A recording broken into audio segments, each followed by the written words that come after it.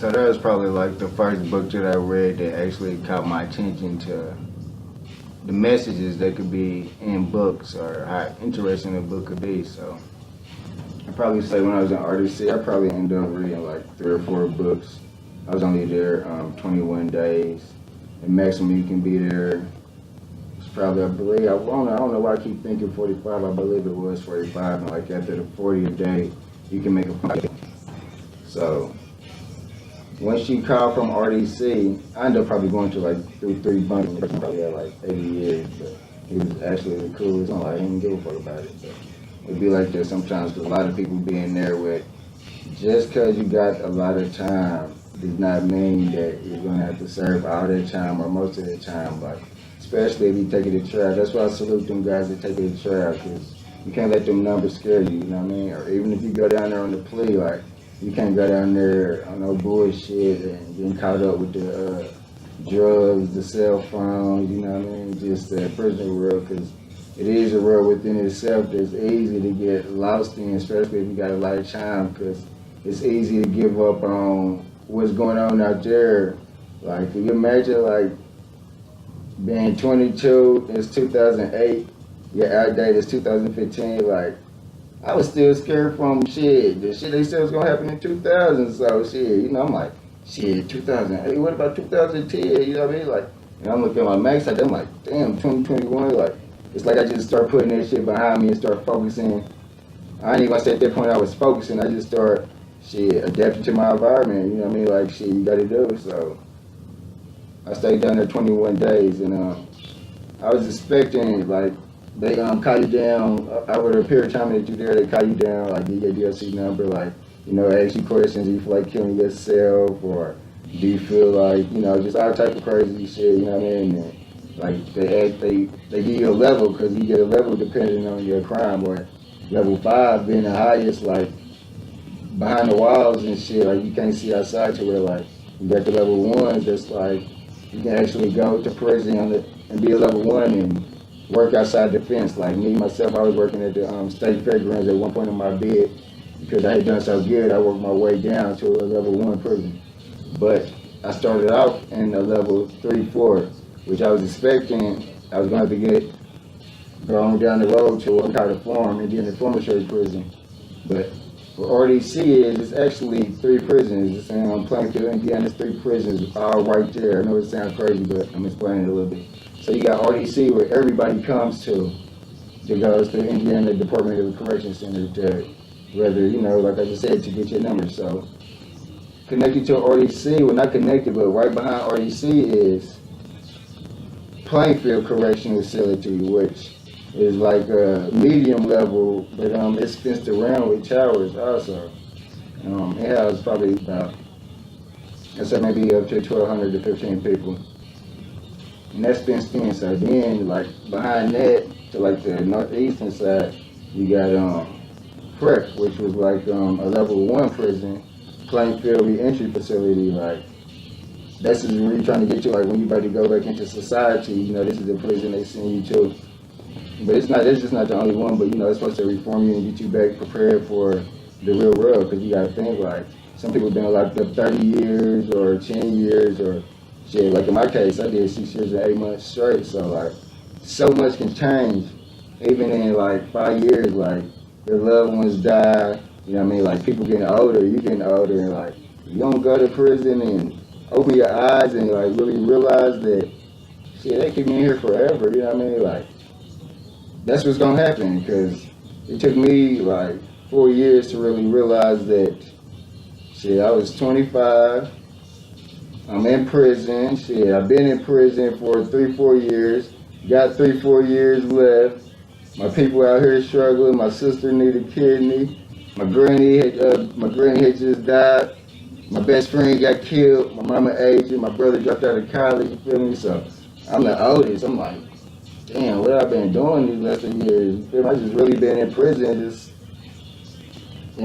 like, it's so weird to explain the lifestyle in prison, how easy it is to get caught up in there, but you lose hope for a minute, you know what I mean, and some people lose it forever, but, like, it was just some stuff happening to me, I had to just open my eyes, like, okay, you know what I mean, like, people I've been seeing that I've been grew a little bond with in here. I done seen them go home, so you know what I mean. Like once I'm start seeing that, okay, I'm like, let me get a little plan together, get up out of here. So in the meantime, I had after I read the book Your Honor, I didn't pick up another book once I got to prison. I got to prison in November. I didn't pick up in November 2008. I didn't pick up another book until December 2010. And that was because I just so happened to had to go to the hole for having a cell phone. But that's another story right there. So while I'm in the hole, this one guy from the A, which up here is Anderson, shout out to A-Town. But he had a bunch of like these little nice little books. Like I'm reading the cover, you know, like damn, what is this? He got a trunk full of books, and the hole is just like already said, just you and your bunkie. You know, I mean, I was in an investigation. I believe people was too, but at this point in time, you can get your whole box. The whole box is basically what you live out of, your food and all that shit. But you're on an investigation, you can't go nowhere. So my bunkie just had like, he probably had like 20 books, and the first book that he told me to read, because you know we just in here, and just like RDC, it's 23-hour lockdown. You get out for that movie. When you're in a real prison and you're in a hole, it's 24-hour lockdown. You lucky if you got a bunkie, somebody talk to you. Like they definitely changed the rules, because by the time I left, you couldn't get your radios or nothing unless you was just like actually doing a bit in the hole, which a bit is like a time frame of you going to prison or going to the hole, whatever the case may be. But they actually got their own prison called the Shoe in Wabash, Indiana, where people with long amounts of periods of time in isolation go to do their time, where there you get a TV, you get out there, but you're isolated to just yourself for X amount of time. Now, the prison I was at, you can't get your own TV because it was mostly like open dorms, and you know, like they had 2-man cells, but you could go out in the day room and watch TV. So to where he like, back to the story of how I got to reading the books. Like, here man, try this one. It's called Coldest Winter Ever. First urban book I read, I say, and like, man, I read that and it just blew away. Like, damn, these books be deep. You know, it kind of took me back to my life. You feel me? Like, it kind of took me out of that time for a minute. You feel me? So I just got to read, and I read so many books from like 2010 to 2013. I definitely read at least 200, 250 books.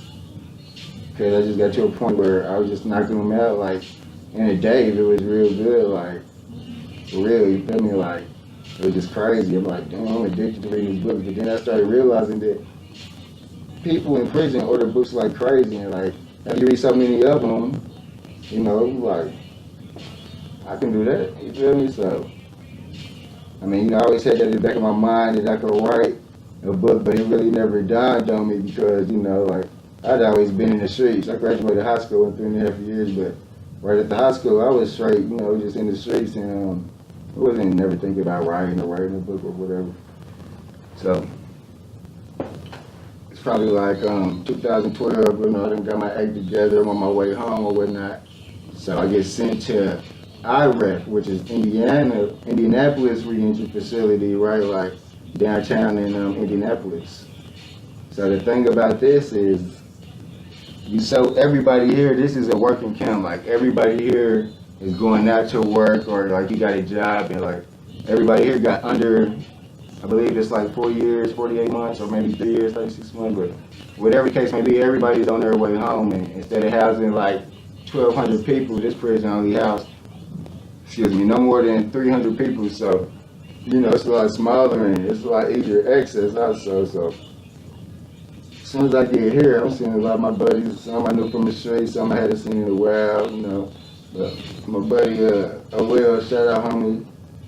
He come through with a nice little gift bag, you feel me? So I'm like, damn, shit, that's cool. And actually at this prison, you can wear your own clothes and you can have visits, you know what I mean? Like, I never forget, I got there, got my first pair of shoes after being locked up for 4 years was the Deion Diamond Turfs. Like, so, okay, that's cool, you know, okay, be used to this for the moment. Order pizza, all type of shit, it was cool. But while I'm here, like I said, in prison, cell phones go anywhere from $500 to $1,000 a piece. So now you get here, phones is like $30 to $50 a piece, you know. So I kept saying I wasn't gonna get one because I didn't want to get in no trouble. But long story short, I ended up getting one. And actually, I was so distracted from my main agenda, which was going home, that having the phone just led me to where, and at this prison you could buy tobacco off the commissary. So, you know, I got a phone and tobacco. I'm really institutionalized because I just left this other prison where you can't have none of this, and like, even though it's out there, it's just so rare to have it. So now I'm back here where everything is falling in my hand, and I know the ropes in prison, period. So, you know, me, like, being just a natural hustler, I can just go for what I know, you know, and they end up causing me a lot. I end up actually getting into a little trouble and getting sent right back to the prison I was at, Plainfield. So now at this point, my out day had jumped up to 2021, to where I knew that I was gonna get it back down, but it's kind of hard to explain to your people, like, man, how you been locked up all this time and now you done lost time in prison, like, you're not learning, you feel me? But that wasn't the case. It's, even in prison, you got to be a man no matter where you at. You know what I mean? Like, you can't go for certain shit, and I mean, you just got to handle your business and deal with the consequences as a man. So I did what I had to do, and it did let me back to the big house.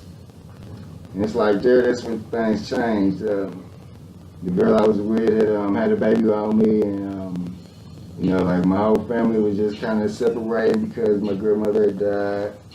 And my best friend, I was still mourning his death, RP to Jizzle.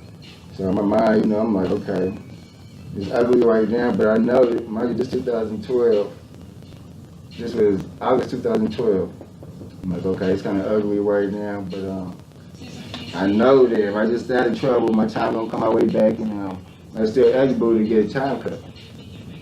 So once I get back to Plainfield, I can stay out of trouble, get my credit classes back, get back in credit class 1, which is how you get the 2-for-1, basically.